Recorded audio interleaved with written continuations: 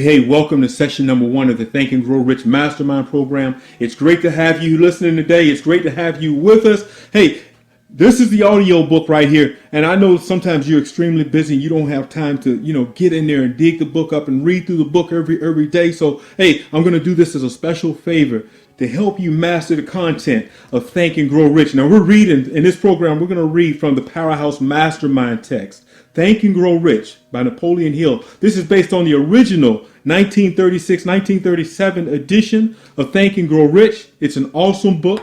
I recommend it. Listen, if you don't have your copy already, I want you to go ahead to the website and get a copy, because this is one of those great books that you always want to have your own personal copy, because you're going to want to be able to highlight. You're going to want to be able to underline words. You want to be able to write notes in the margins, and you're going to want to keep this book with you probably for the rest of your life. This is an awesome book. If you don't have a copy, listen, it's available on the website. It's at powerhousemotivations.com/success university. Go there, powerhousemotivations.com/success university. Get yourself either to get a PDF copy, get the electronic copy. If you get the electronic copy, you can print it out. Or you can use it on your computer. You can highlight it, make notes, get your copy. This is an awesome book. We're going to jump right in. I know you're busy. You don't have time to read it right now, and that's great. Or if you want to read through it as I read it, I'm going to read with you. This is awesome. And we're going to jump right in with session number 1, chapter 1. This is our session number 1 reading, pages 1 through 9. What do you want most? Is it money, fame, power, contentment, personality, peace of mind, happiness? What is it? What do you want most? The 13 steps to riches described in this book offer the shortest, dependable philosophy of individual achievement ever presented for the benefit of the man or woman who is searching for a definite goal in life. Before beginning the book, you will profit greatly if you realize the fact that this book was not written to entertain. You cannot digest the contents of this book in a single week or month. After reading the book thoroughly, Dr. Miller Reese Hutchinson, nationally known consulting engineer and longtime associate of Thomas A. Edison, said, "This is not a novel. It's a textbook on individual achievement that came directly from the experiences of hundreds of America's most successful men. It should be studied, digested, and meditated upon. No more than one chapter should be read in a single sitting. The reader should underline the sentences which impressed him most. Later, you should go back to these marked lines and read them again. A real student will not merely read this book, he will absorb its contents and put them into action.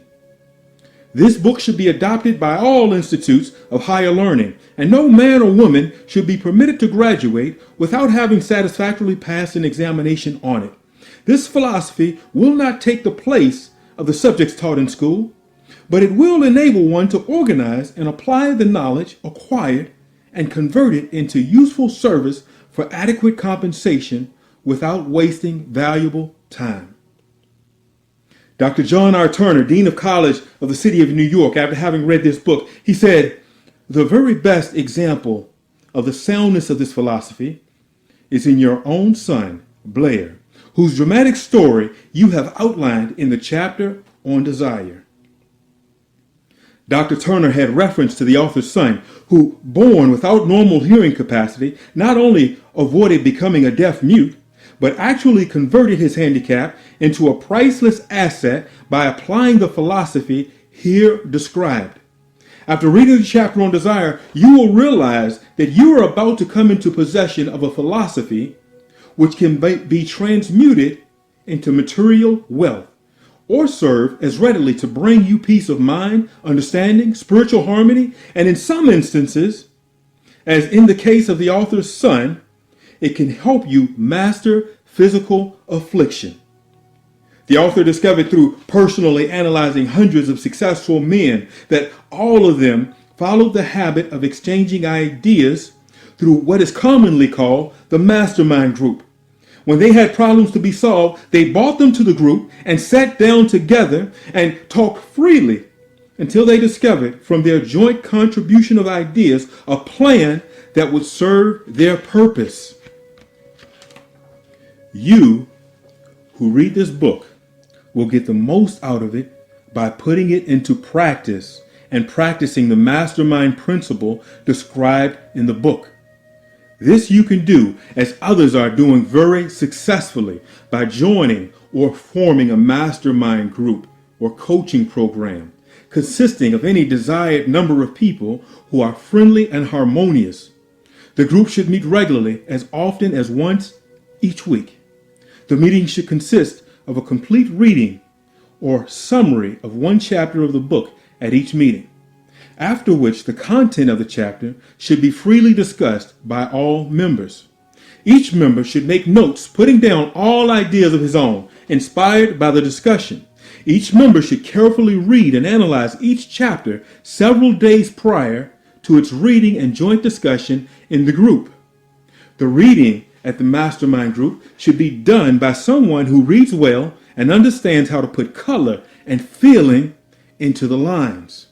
By following this plan, every reader will get from its pages not only the sum total of the best knowledge organized from the experiences of hundreds of successful men, but more important, by far, he will tap new sources of knowledge in his own mind, as well as acquire knowledge of priceless value from every other person present. If you follow this plan persistently, you will be almost certain to uncover and appropriate the secret formula which has created millions of wealthy men and women. Publisher's Preface. This book conveys the experience of more than 500 men of great wealth who began at scratch with nothing to give in return for riches except thoughts, ideas, and organized plans. Here you have the entire philosophy of money making, just as it was organized from the actual achievements of the most successful men known to the American people at the turn of the century. It describes what to do and how to do it. It presents complete instructions on how to sell your personal services. It provides you with a perfect system of self-analysis that will readily disclose what has been standing between you and the things you want most. It describes the famous Andrew Carnegie formula of personal achievement by which he accumulated hundreds of millions of dollars for himself and made no fewer than a score of millionaires of men to whom he taught his secret. Perhaps you do not need all that is found in this book. No one of the 500 men from whom experience it was written did. But you may need one idea, plan, or suggestion to start you toward your personal goal. Somewhere in the book, you will find the stimulus you need. This book was inspired by Andrew Carnegie after he made his millions and retired. It was written by the man to whom Carnegie disclosed the astounding secrets of his riches. The same man to whom over 500 wealthy men revealed the source of their riches. In this book will be found the essential 13 principles to making money sufficient enough to guarantee financial independence. It is estimated that the research which went into the preparation before the book was written or could be written, research covering more than 25 years of continuous effort, could not be duplicated at a cost of less than $1 million. Moreover, the knowledge contained in the book can never be duplicated at any cost, for the reason that more than half of the 500 men who supplied the information it brings have passed on. They're all gone. Riches cannot always be measured in money. Money and material things are essential for freedom of body and mind. But there are some who feel that the greatest of all riches can be evaluated only in terms of lasting friendships, harmonious family relationships, sympathy, and understanding between business associates, and introspective harmony, which brings one peace of mind, measurably only in spiritual values. All who read, understand, and apply this philosophy will be better prepared to attract and enjoy these higher estates, which always have been and always will be denied to all except those who are ready for them. Be prepared, therefore, when you expose yourself to the influence of this philosophy, to experience a changed life, which may help you not only to negotiate your way through life with harmony and understanding, but also to prepare you for the accumulation of material riches in abundance. The Publisher, The Ralston Press, 1937. Author's Preface. In every chapter of this book, mention has been made of the money-making secret, which has made fortunes of more than 500 exceedingly wealthy men, whom I have carefully analyzed over a long period of years. The secret was brought to my attention by Andrew Carnegie more than a quarter of a century ago. The canny, lovable old Scotsman carelessly tossed it into my mind when I was but a boy. Then he sat back in his chair with a merry twinkle in his eyes and watched carefully to see if I had brains enough to understand the full significance of what he had said to me. When he saw that I had grasped the idea, he asked if I would be willing to spend 20 years or more preparing myself to take it to the world, to men and women who, without the secret, might go through life as failures. I said I would. With Mr. Carnegie's cooperation, I have kept my promise. This book contains a secret. After having been put to a practical test by thousands of people in almost every walk of life, it was Mr. Carnegie's idea that the magic formula, which gave him a stupendous fortune, ought to be placed within reach of people who do not have time to investigate how men make money.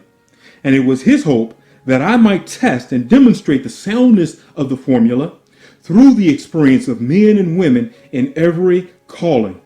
He believed the formula should be taught in all public schools and colleges, and expressed the opinion that if it were properly taught, it would so revolutionize the entire educational system that the time spent in school could be reduced to less than one half.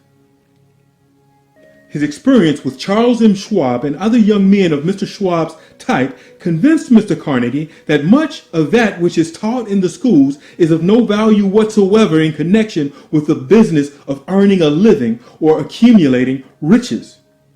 He had arrived at that decision because he had taken into his business one young man after another, many of them with but little schooling. And by coaching them in the use of this formula, he developed in them rare leadership. Moreover, his coaching made fortunes for every one of them who followed his instructions. In the chapter on faith, you will read the astounding story of the organization of the giant United States Steel Corporation, as it was conceived and carried out by one young man through whom Mr. Carnegie proved that his formula will work for all who are ready for it. This single application of the secret by that young man, Charles M. Schwab, made him a huge fortune in both money and opportunity. Roughly speaking, this particular application of the formula was worth $600 million. These facts, and they are facts, well known to almost everyone who knew Mr. Carnegie, give you a fair idea of what the reading of this book may bring you, provided you know what it is you want. Even before it had undergone 20 years of practical testing, the secret was passed on to more than 100,000 men and women who have used it for their personal benefit, as Mr. Carnegie planned that they should. Some have made fortunes with it. Others used it to successfully create harmony in their homes. A clergyman used it so effectively that it brought him an income of upwards of $75,000 a year. Arthur Nash, a Cincinnati tailor, used his near-bankrupt business as a guinea pig on which to test the formula. The business came to life and made a fortune of its owners. It is still thriving, although Mr. Nash is long gone. The experiment was so unique that newspapers and magazines gave it more than $1 million worth of laudatory publicity. The secret was passed on to Stuart Austinier of Dallas, Texas. He was ready for it. So ready that he gave up his profession and studied law. Did he succeed? That story is told in this book. I gave the secret to Jennings Randolph the day he graduated from college, and he used it so successfully that he is now serving his third term as a member of Congress, with an excellent opportunity to keep on using it until it carries him to the White House. While serving as an advertising manager for LaSalle Extension University, when it was little more than a name, I had the privilege of seeing J.G. Chaplin, president of the university, use the formula so effectively that he has since made the LaSalle one of the great extension schools of the country. The secret to which I refer has been mentioned no fewer than 100 times throughout this book. It has not been directly named, for it seems to work more successfully when it is merely uncovered and left in sight, where those who are ready and searching for it may pick it up. That is why Mr. Carnegie tossed it to me so quietly, without giving me a specific name. If you are ready to put it to use, you will recognize the secret at least once in every chapter. I wish I might feel privileged to tell you how you will know if you are ready, but that would deprive you of much of the benefit you will receive when you make the discovery in your own way. While this book was being written, my own son, who was then finishing the last year of his college work, picked up the manuscript of chapter 2, read it, and discovered the secret for himself. He used the information so effectively that he went directly into a responsible position at a beginning salary greater than the average man ever earns. His story has been briefly described in the chapter on desire. When you read it, perhaps you will dismiss any feelings you may have had at the beginning of the book that it promised too much. And 2, if you have ever been discouraged, if you have had difficulties to surmount which took the very soul out of you, if you have tried and failed, if you were ever handicapped by illness or physical affliction, the story of my son's discovery and use of the Carnegie formula may prove to be the oasis in the desert of lost hope for which you have been searching.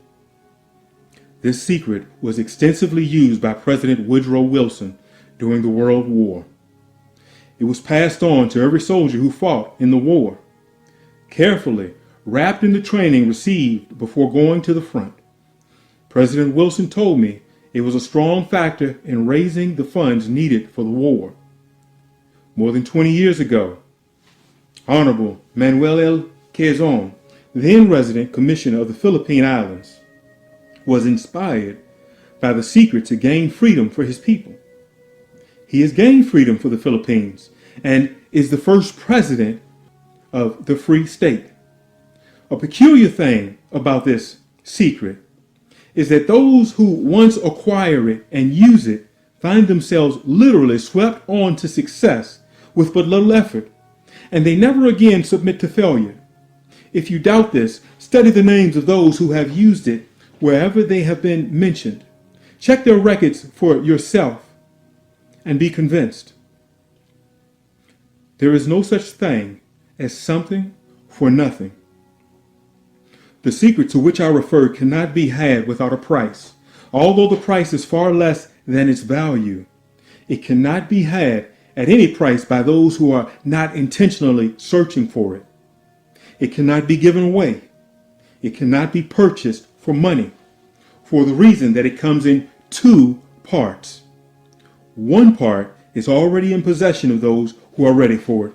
The secret serves equally well all who are ready for it. Education has nothing to do with it. Long before I was born, the secret had found its way into the possession of Thomas A. Edison, and he used it so intelligently that he became the world's leading inventor. Although he had but 3 months of formal schooling, the secret was passed on to the business associate of Mr. Edison. He used it so effectively that although he was then making only $12,000 a year, he accumulated a great fortune and retired from active business while still a young man. You will find his story at the beginning of the first chapter. It should convince you that riches are not beyond your reach, that you can still be what you wish to be. Money, fame, recognition, and happiness can be had by all who are ready and determined to have these blessings. How do I know these things? You should have the answer before you finish this book. You may find it in the very first chapter or on the very last page. While I was performing the 20-year task of research which I had undertaken at Mr. Carnegie's request, I analyzed hundreds of well-known men, many of whom admitted that they had accumulated their vast fortunes through the aid of the Carnegie secret.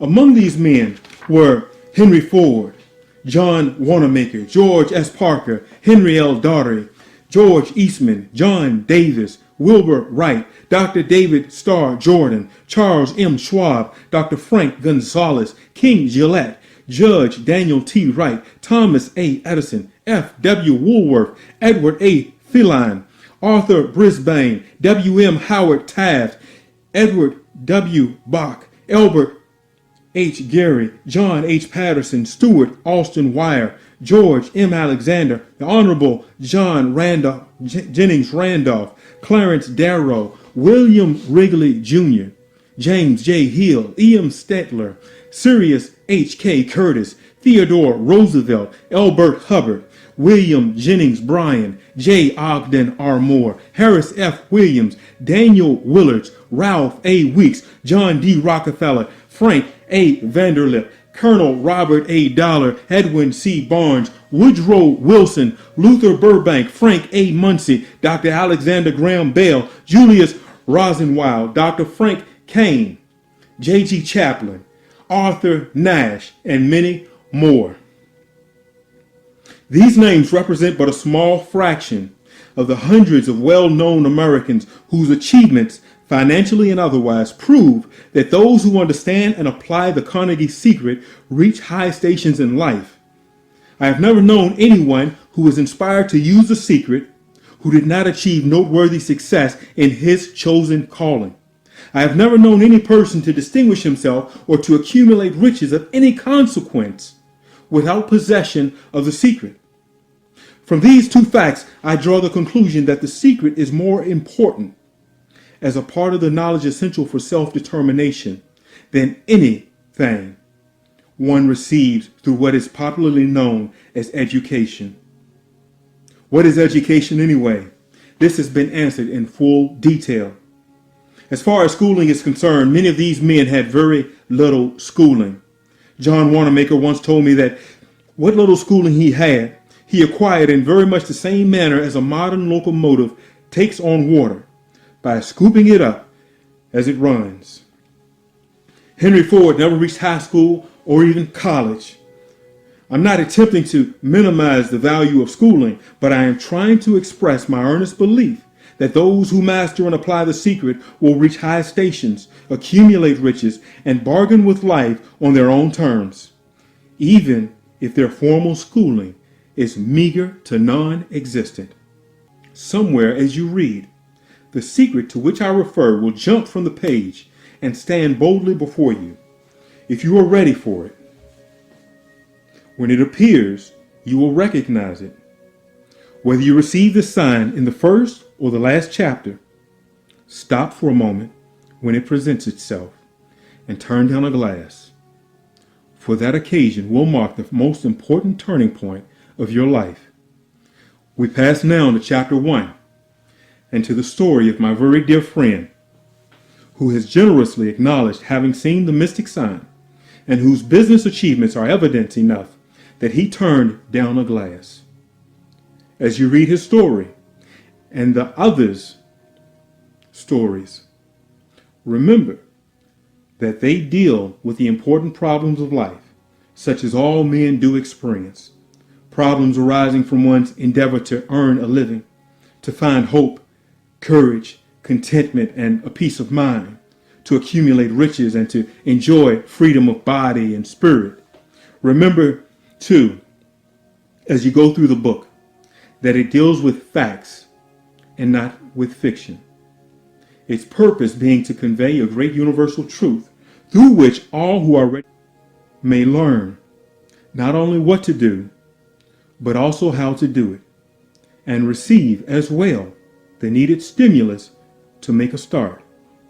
As a final word of preparation before you begin the first chapter, may I offer one brief suggestion which may provide a clue by which the Carnegie secret may be recognized. It is this: all achievement, all earned riches have their beginning in an idea. If you are ready for the secret, you already possess one half of it. Therefore, you will readily recognize the other half the moment it reaches your mind. The author. So that completes today's reading. Hey, if you still need a copy of the book, go ahead over to www.powerhousemotivations.com/Success University. Get yourself a copy of the book. It's on sale for you right now. It's on sale. Get the PDF version. That way you don't have to wait. You can get the PDF version. You can print out the pages as you need. Hey, what I like to do is I print it out, punch some holes in it, and put it into a 3-ring binder. That way I can keep it. The pages are nice and large. I can write on the pages, take notes on the pages, and I'd recommend you go ahead and do the same thing. Go ahead over there right now to successuniversity.com. That's powerhousemotivations.com/Success University. That completes today's reading.